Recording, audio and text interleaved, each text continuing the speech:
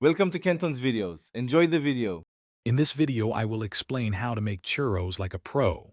First, let's prepare the dough. Combine 1 cup of water, 1/4 cup of butter, 2 tablespoons of sugar, and 1/4 teaspoon of salt in a saucepan. Bring this mixture to a rolling boil.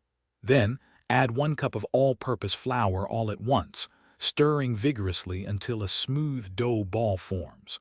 Cook for about 2 minutes to dry it out slightly before adding eggs. Now, let's get ready to fry. Transfer your warm churro dough into a piping bag fitted with a large star tip. This shape is crucial for that classic crispy exterior. Heat about 3 inches of vegetable oil in a deep pot to 375 degrees Fahrenheit. Carefully pipe 4 to 6-inch strips of dough directly into the hot oil. Fry them for 2 to 3 minutes per side until they are beautifully golden brown. Once your churros are perfectly fried, it's time for the delicious coating. Carefully remove the golden churros from the oil and drain them on paper towels to absorb any excess oil.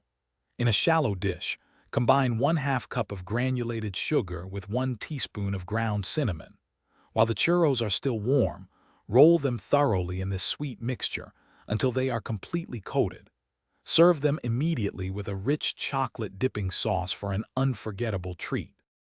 To truly make churros like a pro, remember these key tips. Always use a star-shaped piping tip. It creates those essential ridges for extra crispiness. Maintaining a consistent oil temperature of 375 degrees Fahrenheit is vital for even cooking. Avoid overcrowding your fryer. Cook in small batches to prevent the oil temperature from dropping. Finally, serve your churros warm and fresh for the absolute best texture and flavor. Thanks for watching. Consider subscribing if we helped you.